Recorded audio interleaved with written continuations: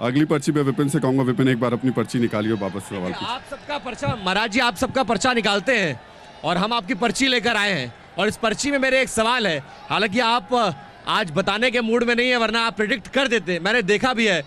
लेकिन मेरा सवाल ये है कि आपका प्रिडिक्शन ये रहता है कि कल क्या होगा, ये आप बता पाने में सक्षम रहते हैं। ये काम करो तो ये होगा, वो काम करो तो ये होगा। मेरा सवाल दावा या कोई चमत्कार की बात नहीं करता। हाँ, लेकिन मेरा सवाल ये है कि आप दुनिया पर निगाह रखते हैं, विश्व शांति की बात करते हैं।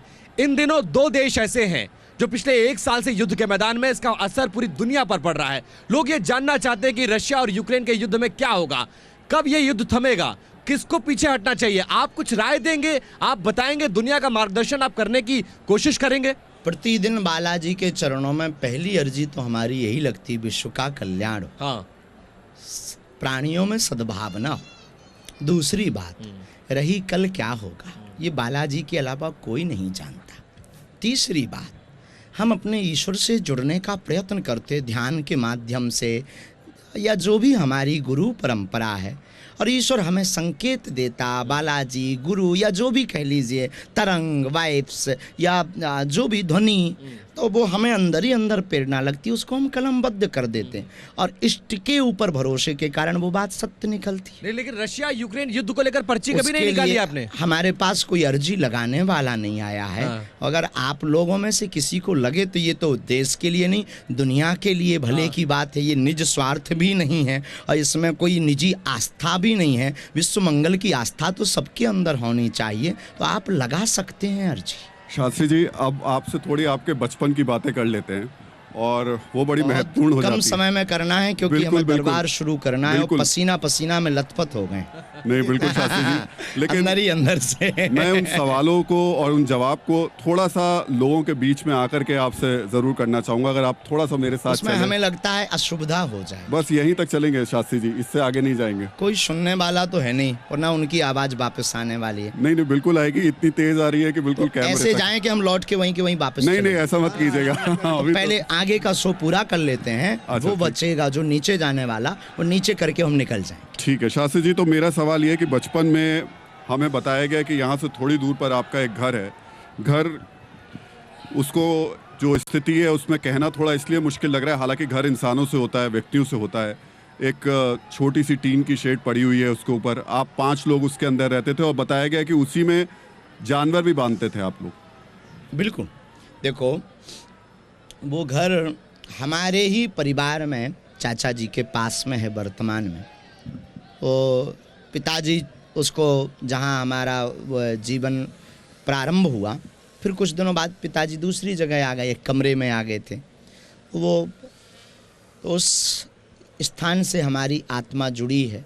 रही बात स्थिति परिस्थिति की, तो उस पर किसी का अधिकार है तो हम अपना अधिकार जमाते नहीं। दूसरी बात, हर व्यक्ति के जीवन में अभाव होता है। उस घर को ऐसे बने रहने के लिए भी हमारे मन में कल्पना है कि ऐसा बना रहेगा तो हमें अभाव का आभास जीवन भर होता रहेगा। और थोड़ा सा लगता है एक वो घर की छत सामने दिखाई देती होगी आपको, और अब ये 50 लाख का जर्मन टेंट भी यही लगा दिखाई देता है।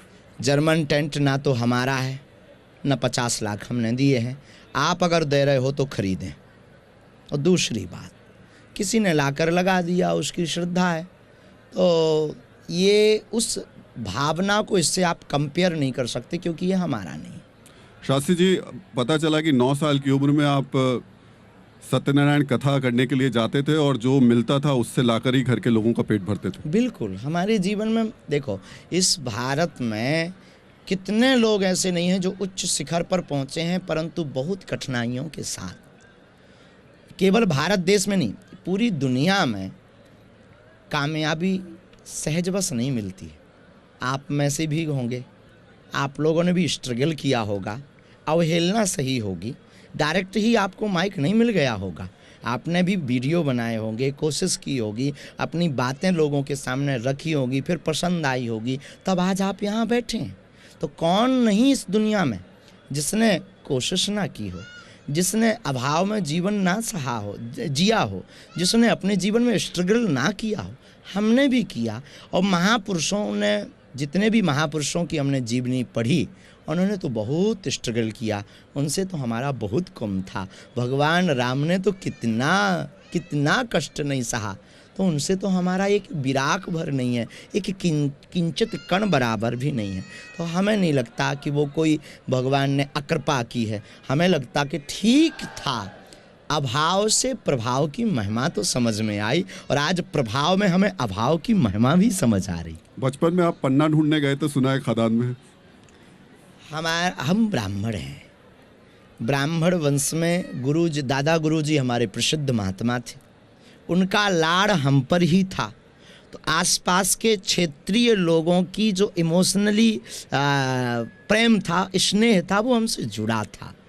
तो लोग हमको ले जाते थे, कोई कुआं खुदवाना, पंडित जी गुरु जी पूजन कर दीजिए, गृह प्रवेश, सत्यनारायण, तो कोई खदान खुदवा रहा, महाराज जी हीरा मिल जाए, पन्ना में हीरा पाए जाते हैं, तो चल दिए, चलो भाई तुम्हें मिल जाए, तुम्हारा भला होगा तो हमको भी मिलेगा। हीरा तो मिला पन्ना कि में नहीं हीरा मिला? मिला आपको? जी हीरा मिला कि नहीं हाँ, मिला? मिला था। जिनकी पूजन करने गए थे उनको मिला था, और उन्होंने उस वक्त हमको लगभग 70,000 रुपया दक्षिणा स्वरूप दिए थे।